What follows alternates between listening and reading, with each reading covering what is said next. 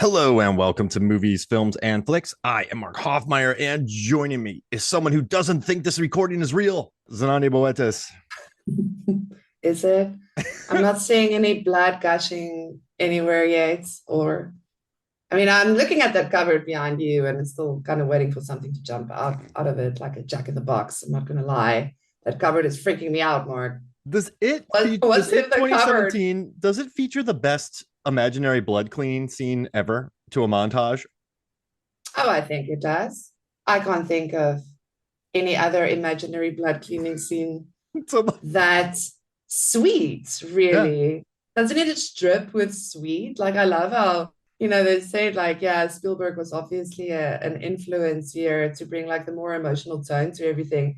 But you can still hear it in the scoring. Like they actually said somewhere, like they specifically used the scoring of the Goonies to figure out like, the sound for it. And I mean, it does work, doesn't it? I love how it brings an emotional side because this movie has horror set piece after horror set piece after horror set piece, and I love it. It's so good. Like after watching it again last night and prep for this part, I told Corey, man, I think like a lot of oaks should go back and watch it 2017 just to see how effective it is to do those sequences. Take your time with it, but literally sequence after sequence after sequence, like it brings the scares. I have seen this movie 6 7 times. I jump every time like mm-hmm. I forget about the big scares. I'm like, whoa, there it is. But then That's it's also has this amazing emotionality to it, and you really feel the kids, and the character development is really good. And yeah, it's such a great movie. the reason I love it's the coming of age stuff with the kids. I mean, this is Yeah. lightning in a bottle. I mean, actually, the original the television miniseries I think captured that too, Yes, it with did. Tim Curry and Seth Green and the kids casted. What a Totally. wonderful group of kids that were came into this, and then this one, I think it definitely rode on the back of like Stranger Things nostalgia. No, actually, this was in create like this was in the works for a long time. So Since it's I don't 2009. yeah. So I mean, and Stranger Things came out a year earlier. It was released a year earlier. Mm-hmm. So I would say, yeah, no, like, yeah, it's Yeah, yeah. if you did no research, I guess. But I for me, like I just think these kids are so good in this movie, and I also like that they weren't trying to recreate the Goonies vibe where the kids are always talking over each other. That's a really Yeah. hard thing that Donner did in Goonies. Like those kids are talking over each other constantly. And I've seen movies try to recreate that, and it just takes my soul, rips it out, stomps on it, and then it's like, all right, it's that bad. Like I love the Goonies, how they're able to have just screaming kids for an entire film. But then this one, you have some of that, but all these kids are just on fire with their dialogue. I remember watching this in 2017 and being like, who are these kids? Like their line delivery and like how much like Andy Muschietti, the director, was talking about that all these kids came from like very liberal families and all the parents were cool, all the kids were cool. So all the big themes they were fine with. And so he said that they just had a great time on set. And he also said that he wanted to combine Spielberg with Larry Clark's kids movies. Like he wanted to Yeah. find a middle ground for that. I'm glad he Yeah. didn't go full kids because that'd have been the most with Uh, Pennywise, all oh the word. horrible adults, all the bullies, and then to have a kids Larry Clark kids or bully. Yeah, I'd turn it exactly. off. I'd be like, every Yeah, kid would it's too act like the much. bully. Too much. But yeah, I mean, there's a reason this movie made 700 million worldwide. There's reason 2017, like you told me, is one of the biggest years ever financially for horror. This is just a movie that 100%. connected on all cylinders, features good performances by kids, a solid Bill Skarsgård villain role, memorable visuals, well shot, good music. Yeah, I think it's just an all around crowd pleaser. It's 100%. yeah. Yeah, it's interesting that 2017, like, yeah, according to the Wikipedia page of the highest grossing horror films, it's got six horror films in the top 50, which is the most of any year, which is very interesting because I think, yeah, it was kind of like when things were starting to change, horror wise, and horror was starting to really like come into itself. And I love that this is one of those entries. Mm-hmm. I mean, it did so well. And because the kids are so absolutely endearing. I watched the whole behind the scenes thing with them, and like they were really getting along super well. They're like, we're all best friends, we're hanging out, we're having fun. And it's so cool because they were like, most of them were like 13 at the time. So they're like, Barbara Muschietti, the producer, she was like, in some way, you know, at the end of the movie, they kind of all, like, I think realized not only were their own summer over and the movie was over, but no, childhood's over now. Like, you know, now it's time to grow up and whatever. The kids were also talking about the last scene that they did was the one where Stanley gets his face gets eaten by it. And that very emotional scene where afterwards, you know, they save him and then they all hug each other and they cry. So apparently it took them 3 days to film that. And that was like the last scene. And the kids were like, those were actual tears. Some of them were like, this was that first time that I've cried in a movie while doing a movie because it was just so real. And they all felt like they were saying goodbye to each other. And they, at that point, were so caring of each other because they really got along so well. And I think that dynamic really spilled over. I think the casting not only was great, but the dynamic between these kids and obviously the vibe that director Andy and the filmmakers and the crew and everyone created on set to make these kids feel comfortable really worked in its favor because gosh, they're just the cutest. Oh my word. And so I mean so many of them have went on to do really cool things. They're actually like they're great actors. Mm-hmm. And I think yeah, to do a movie like this, like I also it's interesting. So they were filming for like 2 months before any of the kids saw Bill Skarsgård's Pennywise for the first time, yeah. And they were like totally freaking out because I mean, what Bill stands at what like 6'4" or something, Yeah, like big he's dude. a big dude, and I mean, and he's so good. That face acting of his. I actually also yeah, I saw he was talking about you know that lip thing that he does where he like drops his bottom lip and then kind of protrudes it so that It's you can very see the inner juicy. side. So he's like apparently you know that's something he's been doing since he was a kid. And he's always wanting to bring that into a character. So he thought, okay, great, like I'll do it for it. And he said, like, yeah, he has a lazy eye, so that also kind of helped with like, you know, like the movement of his eyes and stuff. And it yeah, I mean, like I can imagine for all of them to because yeah, Muschietti, I keep on saying it wrong. Muschietti. How do you say that, Mark? Yeah, Muschietti. Muschietti. Yeah, you got it. Muschietti. Yeah. Cool.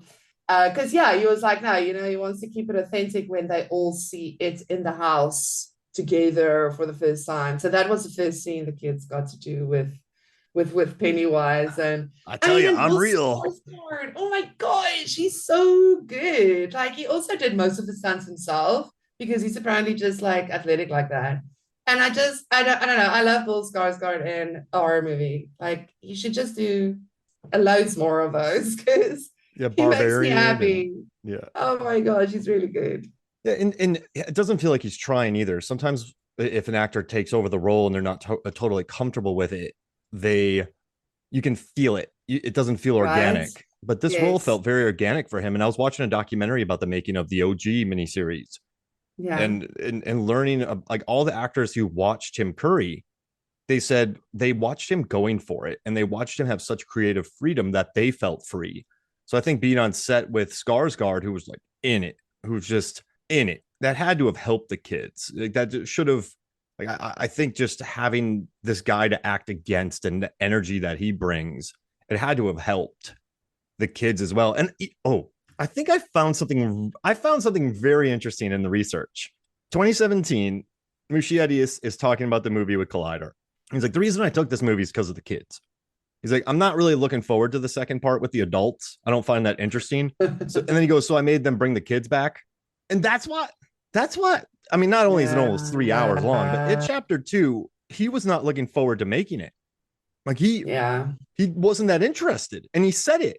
And so when I watch it chapter 2 now, I'm like, oh, okay.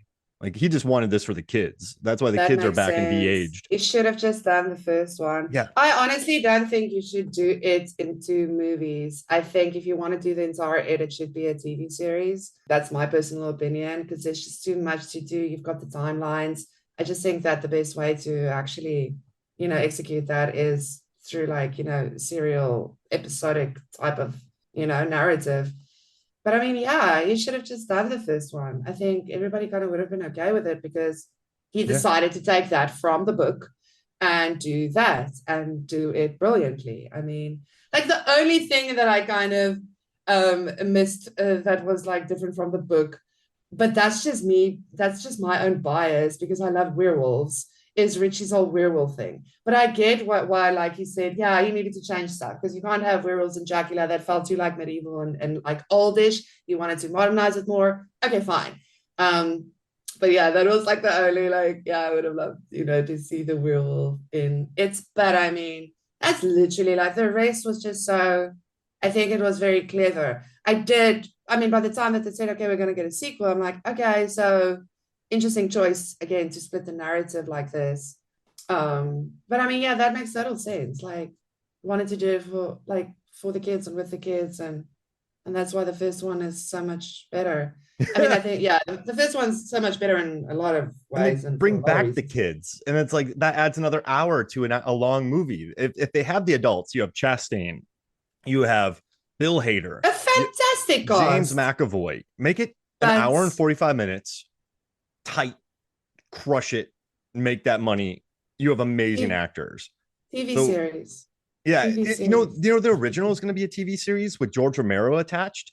But then he dropped out when the studio said that it was only going to be a 2-night thing as opposed to 8 episodes. We almost got a Romero miniseries. Which studio was this? The TV studio that released it. The TV and to their credit, burn that studio. burn them to the ground. Yeah, they were like, this is too much. So they they cut it down. My poor heart. But these kids though in this movie and just the line delivery and Finn Wolfhard's line delivery just nails it, like the beaver trapping and all that, like still is. And just when he asks for the kiss from Eddie's mom. Yeah. What is it about? I think Stephen King has always, he has had his problems with addiction and alcoholism. So in many of his books, the humans are the villains. Mr. Mercedes, Under the Dome. Like no matter what supernatural entity there is, there's still going to be what I forget his name, Jack from The Shining. There's still going to be an alcoholic dad. There's still going to be a terrible mom. Yeah, even these protagonists are like highly flawed and like dark and have dark thoughts and stuff. Like no one's like these, saints or whatever, which is great because nobody is. But it's just crazy in this movie, though. You have a scary clown. Then you have the most aggressive bullies who are going to write their name with a knife in someone's stomach. Like that's incriminating yourself, bro. Like if you see that name in there, wild serial killing bullies. And I mean, clearly he gets away with it because that town, the adults in that town feels Jack about anything. I mean, crazy. Pennywise does that, right? Because Pennywise's presence in the town suggests, exactly. That's why we see the shots with the old people driving in the car and then the balloon in the back of the car. It's kind of suggested that the whole town has just been corrupted by this dark entity that just, But I love it because like Muschietti actually remarked that like there's a passage in the book that reads, being a kid is learning how to live and being an adult is learning how to die. So there's a bit of a metaphor of that. Like, he says it just happens in like a very brutal way, but that's kind of the thing. So yeah, it's like the whole town, like the kids, the older folks, kind of like just like a, how do you say, something on life, just everyone's horrible. Like and bad things are going to happen and people are going to do terrible things to each other, and it's like even you've got this little love triangle going on between the kids, but it's not even cute. It's actually so sad and horrible, and it's like even like the supposed sweetest nice things aren't going to always feel so nice. And I mean, I love Jeremy Ray Taylor who played Ben. He just brought Ben to life for me. Oh my god! Like I'll do anything for Ben. All these kids pop. They're fantastic. Right? Yeah, Sophia also. I just love her. I love her to death.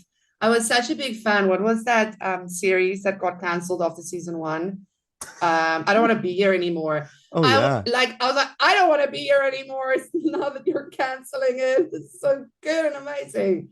she's rad, and actually, yeah, featured like a couple of the it kids in that series. It was so good. It was Yeah, so much this fun. but More the stuff with like girl rage. I want to see her lead that too. She's in a new movie coming up with Michael Cera that I want to watch. And I was happy to see her in Ah, Dungeons and Dragons. I mean, yeah. she's fun in that movie, just in a It's big budget nah. flick. Dude, she's one of those people that pops up for me, and I'm very happy to see her. I'm such a big fan. I love her to bits. She's awesome. But also interesting, did you see that Will Poulter was originally up to play Pennywise in this movie? Yeah. That's interesting. He Yeah. he could have done it, I think. Yeah, I think he could have. Like they said it was a different vision for the character, like completely different from what Muschietti, because that was when who was the guy that was up to direct Corey, it? Oh, Kerry fucking Faganaka. yeah. Faganaka? What? It's the guy from No Time to Die and the first season of True Detective. He was originally going to direct it, and like that's when Will Poulter was. He was actually signed up to do it, and then things changed as it does with these kind of things. But yeah. I mean, yeah, he started from what Muschietti said was he started getting pretty self-conscious about it. So that would have like I think he was all in, but then once he started getting a little self-conscious about it, then you can't bring that Yeah. guy in. Like you got to bring in a European maniac Skarsgård to Yeah. play this role. And he Yeah. nails it. And the one thing I don't really like, and it's going to be a very stock complaint about this movie, but I don't like all like the jittery camera stuff when like Pennywise is like bah, bah, bah, bah, bah, like kind of running at people. That did Yeah, you notice that the first same. time around? Did I you like? did, and every time I watch it, I'm like, Mm, yeah, like well now every time I watch it, I'm like, if it's done now, that they probably wouldn't have done it like that. I think it was an effect that we were still playing around with what we can do and can't do, and I mean, they didn't do a lot of CGI and like stuff for this movie, so I think in today's world, if you say let's reboot it after how many years, people like studios will throw all their money at it, and you'll probably have better effects to begin with. So I kind of chalk it up to that. mhm. But yeah, no, every time it's like, especially because it's fine the first time you see it. It's even fine the second time because I think there's like a bigger time lapse before it. But then like it starts, okay, we've seen this now. And it's not as jarring because they actually cut away. So I'm like, if you just kept it there, sure. But yeah, it's not as jarring as I think they hoped it to Yeah. be. But I chalk it down to that's just probably because I had to kind of do everything practical. And I didn't notice it the first time. I really Oh, didn't. It really? didn't bother me the I first did. time. I Oh, I did. but then I think when I watch these things for the podcast, I think I look at it a lot more closely. It's like I Yeah. guess when I watch a Yeah. movie for the first time in a theater, I really just try to absorb it. Like I don't try Yeah. to I don't unless it's glaring and you're like, "Ooh, that took me out of it." Then I'll That's the feel it. thing. But That's the while thing. watching it, I just try to like let it hit me. And I Yeah. guess that never bothered me. But watching this again, you have the It scenes takes with me out of it. the scenes with the Yeah. leper, the scenes with the headless smoking person, the scenes with the woman from the portrait, the Pennywise scenes. And they feel like there's about 15 of them. And it was a very conscious choice, but it works best when he's in the sewer, right? When he's talking to Georgie with this weird cadence and the overhead shots. And it works best when he has the arm waving the arm back and forth, which is like one of the creepiest things I've ever seen to Mike when he is, Right. Oh, I am word. real. Like I am I real That's the now? Like I eat baby parts. just I eat like babies. not the zombies, right? Not the weird cuts. I, Yeah. and listen, this movie made 700 mil. People love it. Mhm. It's a blockbuster film, so I think it's a very minor criticism. But I guess I just started noticing it, and then I noticed it again. Then I noticed it again, That's so and funny. it Yeah. it yeah, I that's bad though. I think when you rewatch a movie and then you kind of that's that's the natural progression of watching a film though. Many times is that you start noticing things about it, and then if you watch it 3 times, you're probably not going to notice something when you watch it on the 6th time because you're just watching and watching. But yeah, True, you'll eventually get used to it, I guess. yeah, and I guess. I don't know. it's fine, but it's also just not scary. Like the scariest It's moments for me not. in this movie, right, are the waving the hand in the field, the scene with Georgie, which listen, I forget who said it, but a director's like the fake rain in the beginning of It 2017 is amazing. And I gotta agree. I get very annoyed with fake Yeah. rain, incredible fake rain. The kid is just the kid who plays Georgie, Jackson Robert Scott, the cutest kid on the planet. The cutest. And then he's crawling with his arm bit off with a blood trail. Like it hits. It's a gnarly, It does. it's a gnarly opener to the movie. And I think but it's okay. So it's a trope of Stephen King to have gnarly bullies, like very gnarly, very like vicious, ruthless bullies. Yeah, but bad. The kids in this, I think these kids, the bullies in this movie, take me out of it too, because like we know that the kid's abused at home by his dad, but like all the other kids have horrifying. All the kids in this town have horrifying home lives. It's like this kid, I guess, is just, I don't know. It's like having a serial. It's an interesting thing. All the parents are terrible. You have a serial killer, bully, and a clown.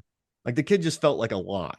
So I mean, what do you think about the bullies in this movie? Are they like? It's not necessary. I mean, I don't think actually it bothered me that much because they didn't have a lot of screen time. I think if they were used more, it would have been too much for me. But they actually didn't. Like, and I mean, yeah, like Henry's a piece of shit. But I mean, I feel nothing for him because he tries to shoot a cat. So, you know, that's just me going like, okay, I feel nothing for you now. But I mean, yeah, I guess like he was like kind of just, I think you kind of need Henry to show the balance, the other side, because the loser club, they're all kind of victims. None of them have done anything to deserve what has happened to them. You know, like, I mean, Beverly didn't, what did she do to have her dad do to her what, you know, he does? What did any of them, like, they're just like victims of their circumstances and their terrible parents or whatever. Where Henry is too, but like where the others try to be better, like kids and people and together, Henry like reacts the opposite because he's just like, he's really evil. Like he's a little serial killer. Like he wants to shoot cats and like hurt kids. And he's like bad, bad, bad, bad. So it's not even that. And yeah, it shows like, yeah, he also gets abused. So I guess that's just like a not very nuanced play on it, I guess. But I mean, I think he just shows the contrast of that. It's like, yeah, not every person that gets abused or is a victim is necessarily innocent. Like the Losers Club are like more innocent in this, you know, context, where Henry isn't though. Yeah. Henry would have done bad things probably regardless of whether he's dead, you know, because I'm sorry, don't just get abused and then kill animals and torture children. That's actually an anomaly percentage wise in the world. So yeah, I guess it was just a balance, you know, you had to show like, you know, the kids trying to be their outcast, but they're at least trying to, you know, be better versions of themselves or whatever and get through this, because I think it is a lot about survival too. It's survivalism. Everyone's just trying to survive. But then how do people try to survive? Do they try to do it without hurting other people, or do they try to do it by doing exactly that? So I didn't really mind it. It's a lot though. I mean, even when I read King's books, his bullies is a lot. Like it's rough. It's not a fan. Yeah, like I'm not a fan of bullies in real life either. So the two books that have messed me up the most are Dr. Sleep. We've talked about that on the episode when I woke up screaming one night thinking Rose the Hat was going to kill me. And then Mr. Mercedes, which that book, there's like there's an Alzheimer, for lack of a better term, couch mom who are, you know, like like the single mom who's an alcoholic and just lays on the couch. Like there's that trope, like, and that mom and Mr. Mercedes and her relationship with the kid. I remember reading the book and then just walk. I'd have to go for a walk. Like this is exactly. You need to go for a walk. What's going on, Stephen King? Like what's happening with you? And It really did mess me up. But this, Exactly. this story too, I find it interesting because I caught glimpses of this as a kid when I was about 9 or 10. I was at a friend's house where I watched, actually, I just watch all R-rated movies everywhere, but this was a TV show. And I remember watching this and having images burnt into my memory from Tim Curry and just the overall like Mm. unhealthiness of this. So Yeah. there's something about King's works that really get under my skin. But He yeah, really this is is good also at like taking like idyllic small town vibes that people will think, oh, that's nice out in the countryside. And then just kind of like opens them up and exposes the rot, that like lies beneath. He's just so good at doing that. And like I say, countryside, but then like he also does like the exact same thing with people. Like, just like, oh, like even I love that because you get that again in his books more than usually like the adaptations. But like, the little kids in the book with it, like they've got some bad thoughts about each other, though. Like, I mean, in the movie, Ben and Bill, like Big Bill, they don't like, get snippy with each other. There are looks and so about Beverly, but like in the book, they've got like, some terrible thoughts towards each other because yeah, again, I love that layering of it. And I think, yeah, because we know the books, we actually do get that coming through in the movie without it being so pertinently, shown or said. Um, but just also I love how sweet they made this movie too. Like I that's think why it it worked. works. The Yeah, sweetness, I think, is what does it. And these, I know I said exactly. it before, but these kids pop quick. They Like pop. this, Yeah. this is. I very rarely see this in cinema where you just go, "Who are these kids? Like these are good kids." And yeah, like they said, they all got along really well, and I also do like the idea to move it to the 80s. I like the idea of Andy didn't want to have a modern clown. He doesn't think they're scary, so they went back to having like a 1900s clown, like a very Yes. like old timey clown. And I think Yes. all the changes worked for the better on this. And also too, I like that he doesn't idealize the 80s. Like sometimes when people and 100%. I hate when people go like idealize the 50s. It's like, yo, I get Yeah, really. where you grew up, you idealize this. But watching some of these movies, you're like, hey, y'all, like I'm not saying I need to know every single issue that's going on, but I'm very happy that the 80s weren't just this perfect time of nostalgia and uh, there's New Kids on the Block reference, there's video game references, stuff like that. But it was refreshing to kind of go back to this small town and not have it be like an idealized version or a Capra-esque Exactly. type thing. This is one of the Exactly. nastiest towns I've ever seen in a film before. Like Yeah. this is whoo, geez, Louise, Derry. I mean, the clown's been screwing them Very. up for years.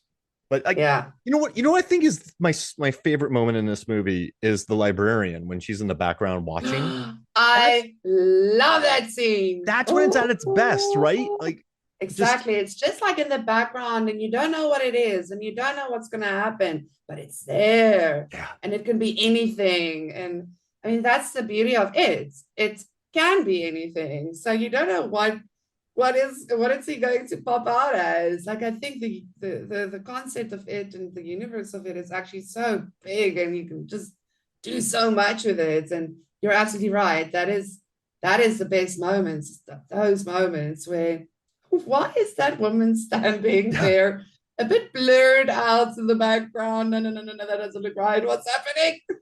Because like Pennywise can take people over then. Like Pennywise can control it. And you know what's interesting? I've noticed a lot of complaints about this movie that like I read some articles about how Pennywise is terrible at Pennywising.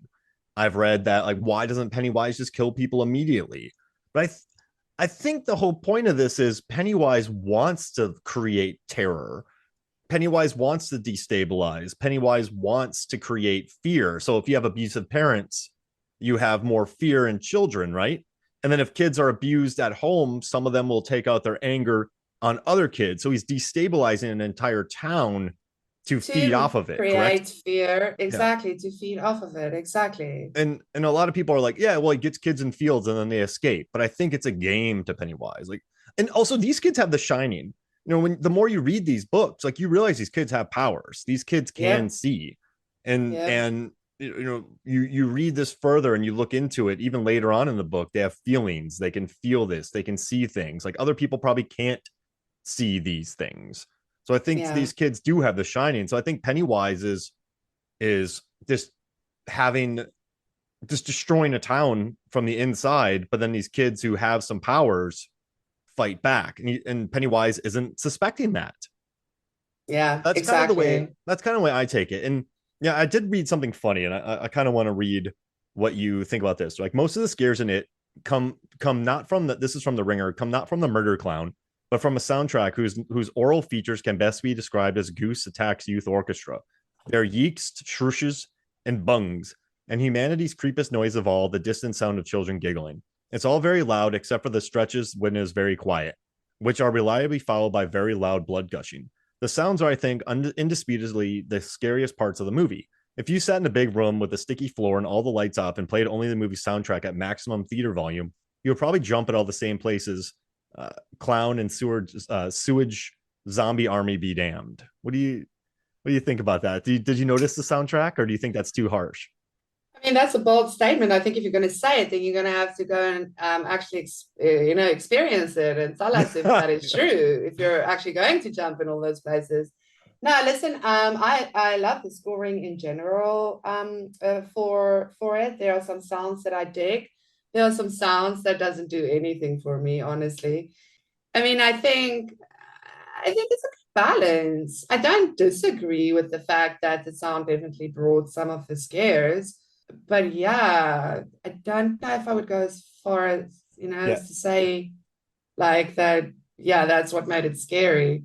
I don't know. Because yeah, like, yeah, like we say, like, it's those little things in the background that just, and even just like the kids, sometimes just the kids expressions and reactions to like, thinking something or feeling something, or they're just like something's not okay. I mean, the acting was also very yeah, effective. yeah, Like for me, when everyone starts screaming and going off, you actually lose me. That doesn't create tension. Hysteria doesn't like, do anything for me. It annoys me. So it takes me out of it.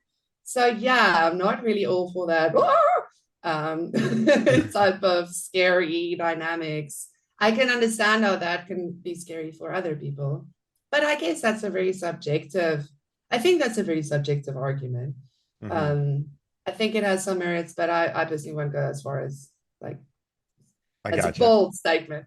Yeah, it's a bold statement, but I kept finding a lot of places like Pennywise is bad at what Pennywise does, but I think so many killers in horror movies are bad at what they do, and I 100%. think too in this movie there is a funhouse vibe to it, to that the scenes where He's a the clown. He's playful. He exact plays with his food. when Eddie I gets attacked in mean, the field, right? When Beverly gets hit in the bathroom, when Mike sees the hand. Mike does not have a lot to do in this, which is kind of crazy. Like for 45 minutes, he doesn't say anything. yeah, that's also kind of a thing Come for on, me. Andy. Like, Come yeah, I would on, have man. liked more of Mike.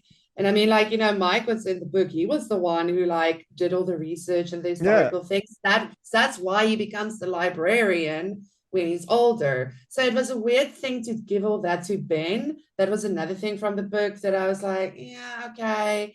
But then I kind of liked how, they like gave Mike this, terrible backstory. And again, like because that fed into the survivalist thing that every character like needs to survive.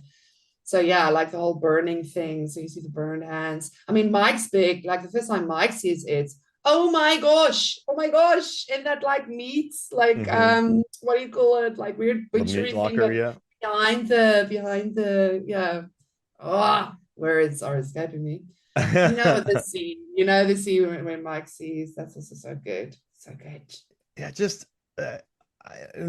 watching their home lives, seeing each kid, seeing their interactions. Like, I just think that they're the kid who gets killed in the sewer. I think it's, I think this movie's also aimed at.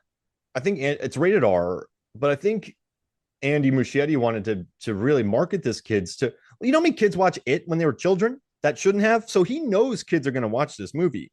So Yeah. if you give them, we adore this movie. I love this movie, but if you drop Yes. like the Black Coat's Daughter, it style on people, they're gonna be like Yeah, you need. exactly. He knew young kids were gonna watch this movie, and so to have that, like, I mean, 700 million, a lot of kids watch this movie, so You know? it's he wanted to have that funhouse vibe. Keep the energy up, keep the energy up, keep the energy up. Like, this movie has jump scares every 5 minutes, maybe. And if it doesn't, then it has an angry bully.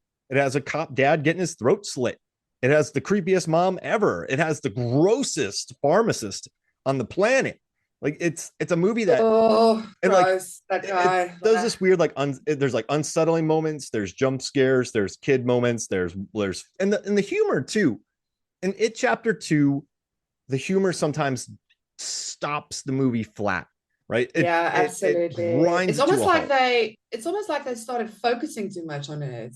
Like the Uh, first one felt effortlessly. It's yeah. just like the kids yapping. The second one was like, listen to me, make a joke. I'm Bill Hader. I don't know. I'm so sad because again, such a fantastic cast, and I just didn't.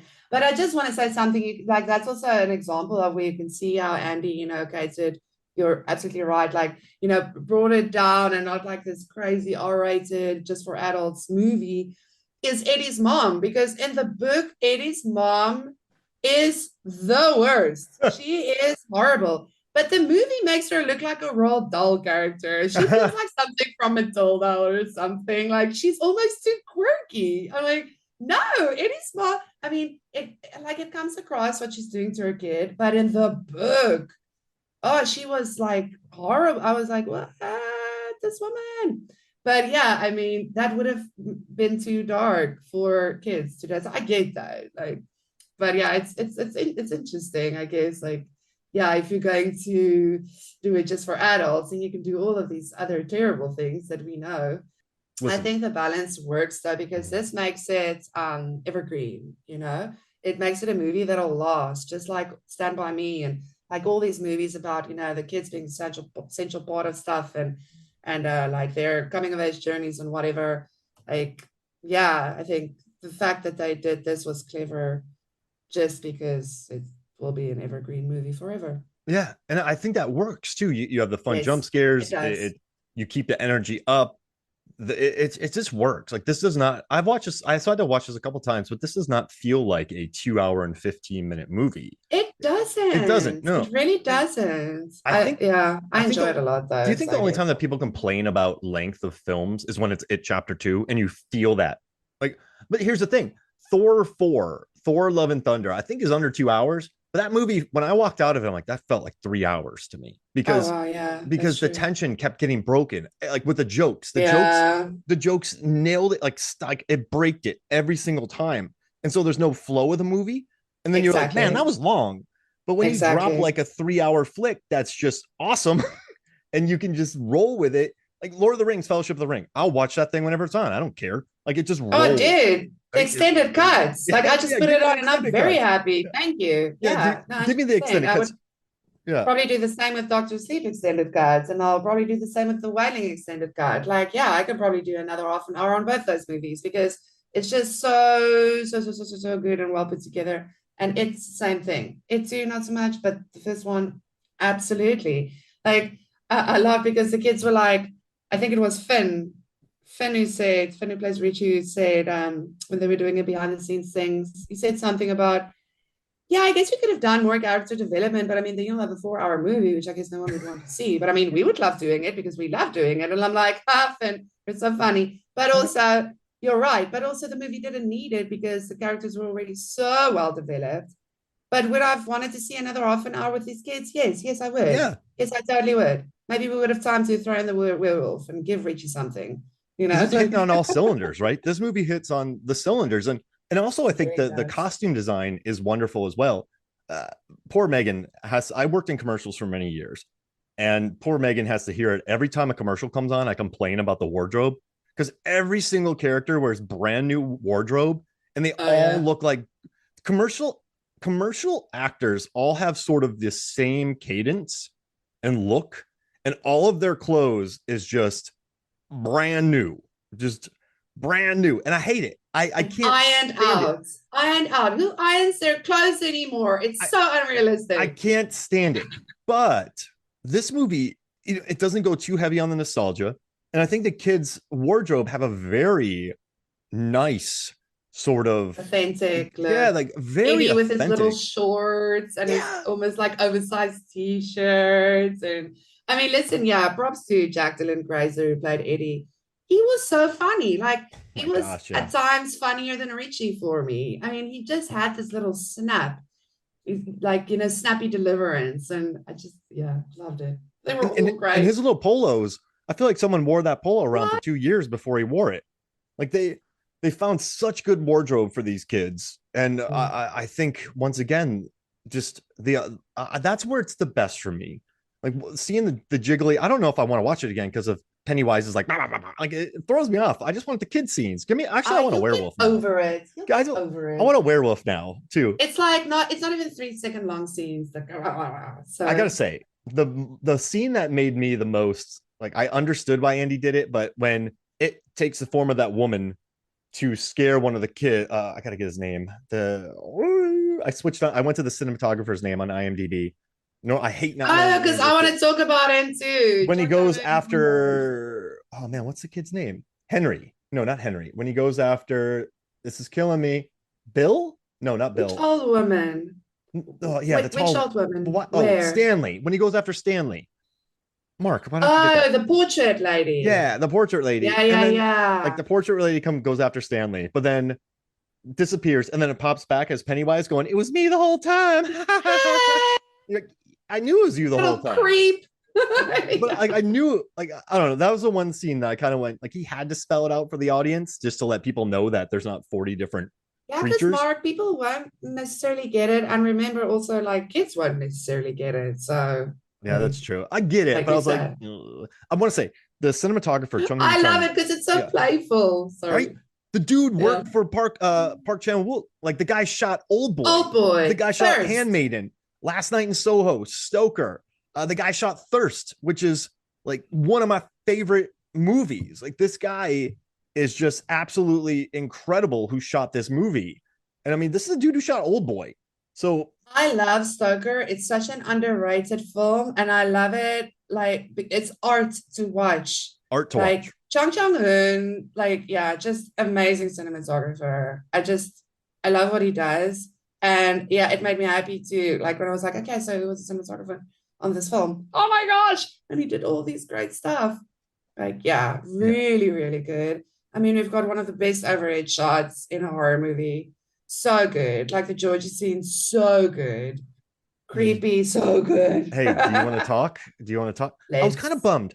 Real quick, he shot Obi-Wan Kenobi, and there's a couple shots in Obi-Wan Kenobi where Megan and I had to stop and look up the budget of the film and looked at it, had to film it during COVID and why the sets were so cheap. But Obi-Wan Kenobi, I had a great time watching it, but there's some of the flattest shots I've ever seen with like very few extras. And then when I found out that who shot it, I'm like, what happened on set? Like I don't think I could ever directly ask anybody like, why does that look so bad? But I was amazed that he shot that when it looked so flat. So, but I heard that everyone like rushed it and the scripts were still sort of being written. Favreau and Filoni weren't really long around and they just sort of had to book it through. So I think that led to some Um, shots that weren't great. That's my best explanation. But overhead shots, Interesting. overhead I can't shots. even remember that. I just remember I loved Obi-Wan Kenobi actually. But It was interesting. the scene where they storm that base and they have a gunfight where everyone's 10 feet away from each other shooting at each other and no one gets hit, and then like there's that Classic Star Wars. it's just like it was bad, and even for Star Wars standards. But hey, do you want to talk? I want to do something real quick. I didn't want to Let's drop this do on you, but I it. do think my favorite rock scene throwing moments in horror films, I just got to drop them on you. The Okay. Wailing, which we talked about, great rock throwing. Yes. Tremors, I love the rock throwing. They just throw the rocks to get the tremor going. Godzilla throws a couple great rocks. And then Labyrinth, Jennifer Connelly throws some good Oh rocks. yes. So Nice, yeah, nice, nice. I had to talk And about then some. it's a Yeah. good rock fight. Gnarly. Corey's like, well, they all have concussions now. Yeah, I mean, okay. Has Pennywise made children's skulls harder? What? No, Because a what? rock would crack your head straight open. Okay, but they're not boulder rocks. Like they're little rocks. A sharp little So, rock hitting you in the face. I mean, they did bleed. Mhm. That's fair. I mean, kids are resilient, right? But I mean, yes, like, concussions. Maybe that's why Henry's the way he is. He's been hit by too many You know how rocks. many serial killers were like in accidents and hit their heads and had bad concussions, and then something just tripped. They're gonna Go check it find out. there's gonna be There's data numbers on on that it. now. 9 out of 10 serial killers have been hit in the head by rocks. Have David Fincher do the origin of Henry Bauer. In Mine Hunters, they're sitting there talking about this, like, hey, he used to live near a quarry. Do you think he got hit in the head by a rock? This reminds me of the Bauer kid. Little Henry Bauer Easter eggs. Holt McCallum, he's like, have you been to Derry? That place is crazy. Like, we sent agents down there and they went bad. It's gonna be bad. Don't ever go to Derry.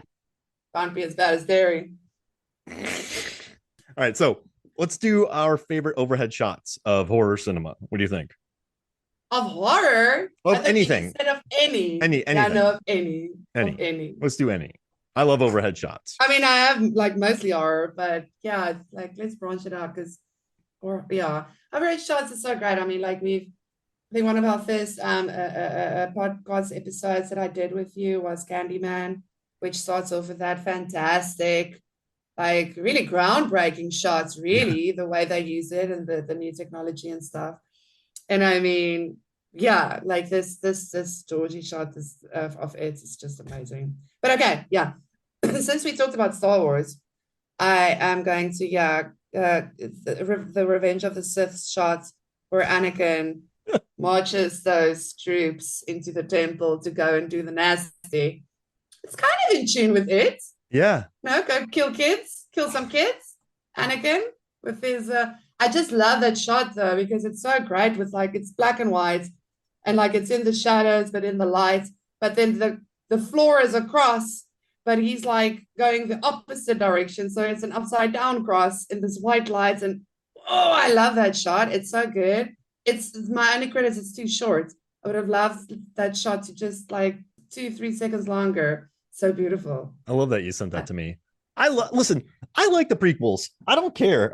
There's stuff I like in all of them. I am a big fan. Love it. Stuff so to like. Fun. One of my favorite shots of all time is in Attack of the Clones when the clone troopers are walking into battle and there's all the like dust rising and just the scope of it was gigantic. Man. And I love that shot. So exactly. All right, so we have Revenge of the Sith. I'm going to take Malignant, the spider cam shot by James Wan, which they they recreated in John Wick 4.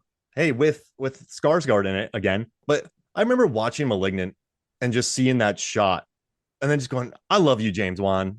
I love you. Like I said it too. I was like, I think out loud, I love you, James Wan. And just like they built the house and the grid in a soundstage to time with that shot. And I show it to my students and they're like, holy crap. Like that's the James Wan special. Like when you watch one of his movies now, you're going to get a spider cam shot. You're going to get something that you just go, wow, that's James Wan. And he is wonderful. So yeah, just watching that shot and seeing how I love the spider cam shot. I love it. It is good. I want to watch Malignant now. Yeah, it is. It's fun. And yeah, it's really fun movie. Okay. I'm gonna go with 30 Days of Night, the big Barrowtown massacre. And that the overhead shot of the big Barrowtown massacre. Oh, yes. So that is so cool because the whole sequence starts off and you've got overhead shots, but then it's also close up and it's like in the fight. And then it cuts back to overhead and close up. And then by the end of it, you just have this silent overhead shot that tracks throughout the town. And it's quiet, but you just see people. And again, it shows the scope of what's really happening.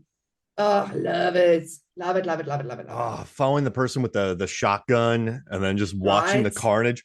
Like that's such an ingenious shot. And Ebert wrote a review about it, about that movie and how much and he borrowed someone else's review talking about how beautiful that shot is in a vampire movie, like a stock vampire movie, but you have this baller shot. Like you're making me very happy. It's so brilliant because it's in the snow and it's dark but you've got the bit of light and then the blood. So it's this snow and this white, and then the contrast of the blood. Like it's so, yeah, it's really ingenious. Just such a freaking good sequence and great use of overhead tracking. I Love get it. so excited. I want to go pull a Footloose in a abandoned warehouse because I like that scene so much. What a great moment. Let's do it. All right, so I'm gonna go with an older one, but one that really affected me when I first watched it, and that's in Psycho when Detective Arbogast gets killed when he goes up to the second floor, and then Oh Norman, yeah. dressed as his mother, busts out, and then he falls down the stairs. But it's just that overhead shot when the mother runs out of the door and gets him and pushes him down. That's a Yes. Whoa. woo, Good one. what a Good shot. one. Yeah, not him falling down the Ooh. stairs, but the moment right before it when Arbogast gets got, and it's Exactly. ah. I forgot about that scene. I'm like literally having goosebumps. Like, yeah, that's an excellent one. Good, yeah. You see I how did a lot of punch effective it can dancing while be. putting this list together. You can tell because I'm so excited. Super excited. Okay, I'm going to turn now to our favorite, our one of our favorite apex creatures, and give you the one where is it a croc? Is it a gator? Swims through the water in X. I love that shot. I love that shot more than I love that movie. Like I really, really, Yeah, I'm such a oh, it's it's so so good. beautiful. It's so It's a beautiful. high overhead shot too. It's like a bird's eye shot. Like it's way It's up like there. exactly like I tried to get like a screenshot from the movie and you can't. You it's something you need to see in the film. You just can't really like there are many screenshots on the internet that all look shitty because you Mhm. need to watch it in the movie. You need to watch the scene. Oh my gosh, it's so beautiful. And like it's a big ass croc. Yeah, Like it's a big fella, big fella. a long fella. And so it just and it's a smart thing because we know it's there, but she doesn't, and it sets up a nice tension involved with that. And then it's Chekhov's what alligator croc whatever, and it's yeah. Exactly, I just love the exactly. shot. I remember when I first saw X. I remember like this movie gets an immediate B plus because of this shot. Yes, it immediately elevated. Well, like I'll never forget the movie because I'll never forget that shot. So Mhm. I just love it. So good. Okay, give me your favorite croc Oh well, alligator I'm gonna switch overhead to shot. Gators, Florida Gator and Crawl, the bathroom a fight. There we Now we have the go. awesome shot when the father and daughter are outside of their house, but the bathroom fight when she's in the Oh tub and the man. Gator's outside and she traps it in there. But that overhead shot, and you knew it. You assisted me on that. But yeah, it's Yep. oh, But Crawl I mean, is we love it so much because it like it's it has to be because it when I saw Girl the first time and I saw that shot, it made me think of the Deep Blue Sea where they're like in the tunnel thing and like shark is going in circles. Like it immediately made me think of that. So I mhm. mean, that had to be like an inspiration or something, or at least in the back of their minds, because I mean, and that's why I love it even more. Like it's yeah, And it makes the character look awesome okay, too because she had to think fast. And I think when exactly. you make a movie and create situations in which your characters have to be smart, that's a smart move because then you're with the characters. And just watching Kaya Sometimes, do that and yeah. watch like the over I Sometimes you need to use a microwave to kill a shark. that's right. Got to be on your toes, people. Like, I, I still can't believe that Crawl didn't get a press screening because the studio was worried about what critics were thinking about it. are you And like, yeah, serious? I Crawl didn't went know on to make that. about 65 to 70 million worldwide, which is good, but it did so with no studio support. It did it all with word of mouth because the studio stopped really promoting it. I remember watching and being like, well, I guess this is going to be bad because they're not doing press screenings. Because traditionally, Yeah. when you don't do a press screening, you don't really have much faith in the movie. And then I watched it. I'm like, this is badass. Like, this movie is good. This is a good movie. So, yeah, Crawl's How awesome. many times have we watched Crawl? Like, Not I enough. mean, probably, yeah, not enough, but probably a dozen times Yeah, between easy. just the two of us. Like, it's a really good movie. It's like a really good movie. It's not a lot of good crocodile alligator movies. There aren't. Like, it's a lot of, yeah, like people trying stuff, and we love that too. But I mean, Crawl is actually good. It's Actually good. actually so it's actually crazy to hear. Yeah, maybe people just think, yeah, people wouldn't care about croc movies, but I mean, I how bought the could they vinyl. I think have the that? soundtrack. I have the vinyl That's so soundtrack. wrong. Oh, What's your? Are Okay, we on the fourth pick already? This is flying by. we're on the fourth one. So I'm picking the movie that I finally saw and I adored more than the original, even because it's so good. And it's when the first three Megs like came from the trench and approaches in Meg to the trench. So freaking awesome. Yeah. Great overhead shots of Meg sharks like finally coming to the surface. I loved it. I Yeah. was like, when I watched it, I'm like, yeah, I'm gonna talk about this to Mark. Meg 2 is fun. Dude, I wasn't bored for a second. That movie whooshed by. I was in it from the beginning. The first half was tense. The second half unleashed it all into crazy funness. It was, I laughed, I cheered. I was having a ball, a whale of a time. Mm-hmm. I loved the relationships between everyone. Like, a lot of it worked. In many ways, it was better than the first one for me, honestly. It's way better. I don't know what people are on about. Meg to the Trench is fun personified. It's fun. Our buddies at Have Last Action some Heroes fun. podcast love it too. They watch and are like, what's the Yes. deal? Like, what? This is Yes. fun. It's fun. Right? I'm like, boo with the fun police. Yeah. I told Corey, I personally think critics, the problem with critics today is they get paid because when you start treating anything like a job, it all goes shit. Like, What do you, like, what's the, and there's like this weird thing, like the first half sucks. And you're like, no, the first half is fun. no. And then too many people are like, hey, the first half is like underwater. I'm like, wait, you were just comparing underwater to Alien. Oh, and I love yeah, it. now everyone's like, oh yeah, underwater is actually great. Like, yeah, we've been saying it. You said it sucks. Many times. Yeah, so yeah, give it a couple of years and people will say this is also it's actually a good movie. Barf. Anyway, let's move on. Barf. So I'm gonna do, You and we can talked about cut this and a lot. edit this out. I'm gonna do this Deep Blue Sea, the bird eating. I have to have the Yes. bird eating because Yes. the reason I'm including this is the shark looks awesome in it. You watch that scene again when the bird gets eaten on YouTube or wherever. That shark by Walt Conti looks incredible. And I love that, Nice. like they had a marine biologist or I forget what, but like watched the movie and she was watching, she's like, those sharks are really good. Like she said, Yeah. those are Makos. And she's like, she was marveling at how great the sharks look. And I was like, yeah, I know, because Deep Blue Sea is a good movie. Exactly. And they picked Makos for a very smart reason. But yeah, it's a cool shot. The bird gets eaten. I feel bad for the bird, but it just looks awesome. It looks incredible. It really does. No, you're so right. I mean, that's one of the reasons why we all keep pointing like Deep Blue Sea because and even if you think it's a 90s movie, like and how they did that, how they made those sharks, like they look really, really good. Really good. Really this is good. getting me pumped up. I love overhead shots. Listen, yeah, we're gonna go do a lot of dancing after this. The maniac, Okay, so for my last one, so yeah, this is also again like not a different thing. Sorry, I didn't know we were only gonna do horrors, so I didn't do just horrors, but I love this we'll do overhead whatever. shots, and it's a classic. And I feel like you can't talk about overhead shots if you don't talk about the one where they lie on the ice and stare at the stars in Eternal Sunshine of a Spotless Mind. Oh yeah. I mean, it's such a good shot. They use it for stills. I mean, it's just beautiful. The composition of that shot, like the contrast with it, the moment, the context of it all. It's awesome.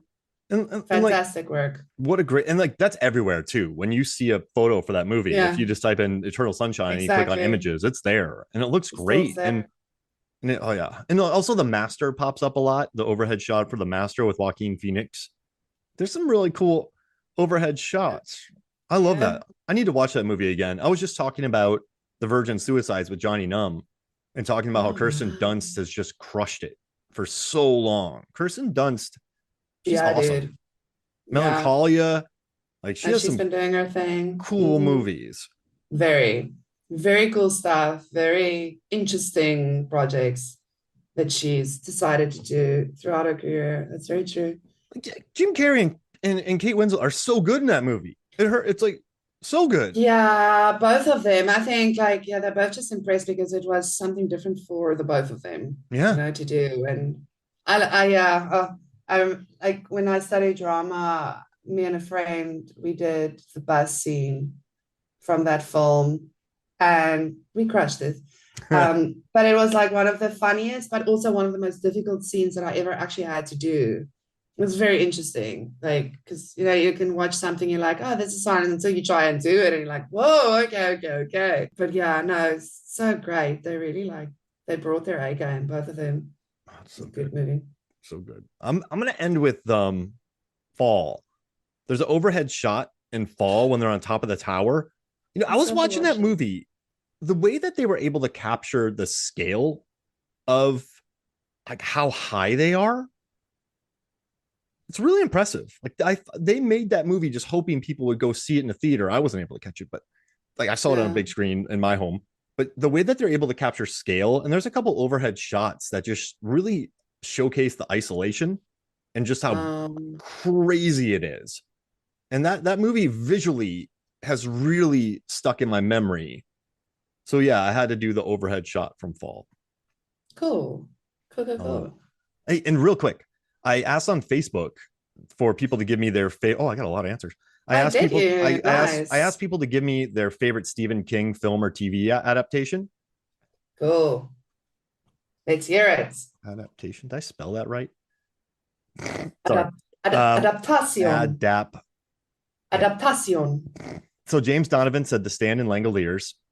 And then he wrote, man, Bronson Pinchot. Bronson Pinchot. Pinchot. And then Ron Tornis said Shawshank Redemption, Stand By Me, and It. David Brooke said Stand By Me is my favorite. For horror, Kubrick's The Shining. Obvious choices, but I love them both too much to not give them my vote. And that's totally fine. If something that is obvious is still awesome, like Jaws is like one of my favorite films ever. It's obvious, but it's awesome. So yeah, no, for sure, absolutely. And then Aaron Newworth put The Shining first, then Carrie, The Mist, Stand By Me, Dead Zone, Misery, Shawshank, Dolores Claiborne. I love Carrie. Carrie so much. Dolores Claiborne, Creepshow. And then he said, and just to say it out loud, having recently watched it again, Needful Things sucks. He put 1, 2, 3, 4, 5, 6, 7, 8. I will tell you this. One of my favorite King books, one of my least favorite. I can't get through that movie. I don't know why. I cannot get through it. He put 8 U's. So weird. And remember Thinner? I remember watching Thinner and being like, oh my gosh, I can't even remember Thinner, and I'm pretty sure I did watch it. Pet Sematary messed me up, I'll tell you. So then, really? Nathan LaHaye, he wrote The Langoliers holds a place for me because of the sheer absurdity of it at times, as does the Stand miniseries from the 1990s. Pet Sematary is also one I'm most fond of. Gage slashing tendons always makes me squirm. Oh yeah, when that kid and then at the end when the wife comes in and whaps him. The Shining in all of its forms and sequels is always top notch. Very good answer. You can listen to Nathan and I. We did a Royal Rumble episode with Megan. It's a lot of fun. You did. It's so much fun. You can tell he's a D&D guy because he really mastered us. Absolutely. Yeah. No, he's good at it. And then classic American movies. Chris Kelly wrote Graveyard Shift. Will always hold a special spot for me because the short story is so scary and the movie is beyond camp, but nothing will ever top Maximum Overdrive. And Jesse Deal wrote Stand By Me, Silver Bullet. As a kid, I liked Silver Bullet a lot. And Carrie 1976, which is wonderful. And another bad mom. You know how I feel about Carrie. Love it. What a bad mom. My favorite King. Love it. So many bad moms. Bad moms. I mean, a lot of bad characters in Carrie, but bad mom. You should just do like a nice person Hall of Fame from King movies, and it would be very short. or ranking the worst mothers. Cool. King. Oh, let's do that. Yeah. Let's do that, Mark. Let's eat ice cream and talk about that. Therapy session, y'all. I mean, like, where do you even start? Carrie. Mr. Mercedes. It. So many bad moms. Are there good moms? The mom in The Shining, she does the best she can. Wendy? Yeah, Wendy tries her best, I guess. I mean, she's in a horrifying, terrible. Yeah. She's in an abusive relationship, and she still finds her strength. Yeah, exactly. She still tries her best for her kid. Anyway, this is a conversation for another. We'll table it. Hey, yeah. Hey, where can people find you, Zanandi? Right behind you in the sewers. In the sewers, also, yeah, in the sewers. Just look for the red balloon. That'd be crazy. I'm like, is that Zanandi? Hey, Mark. I bet. What are you doing? Nothing. Nothing. You're like, Mark, can you move along, please? Like, no witnesses. Okay. Yeah, please. Yeah, no, I'm on Twitter at Zanandi, on Blue Sky, or like just search my name on the socials, and on the pod. Still doing stuff for Cracked. Well, I don't know when this is coming out. You never know. Soon. It's hard to plug yourself these days because you just don't know what's gonna happen. Yeah. But I'm around. Check me up on the socials. Awesome. Well, thank you for joining me. Thanks, Mark. It's been fun. All right. So for me, Mark Hoffmeyer, for Zanandi Boetis, Movies, Films, and Flicks. We'll see you next week.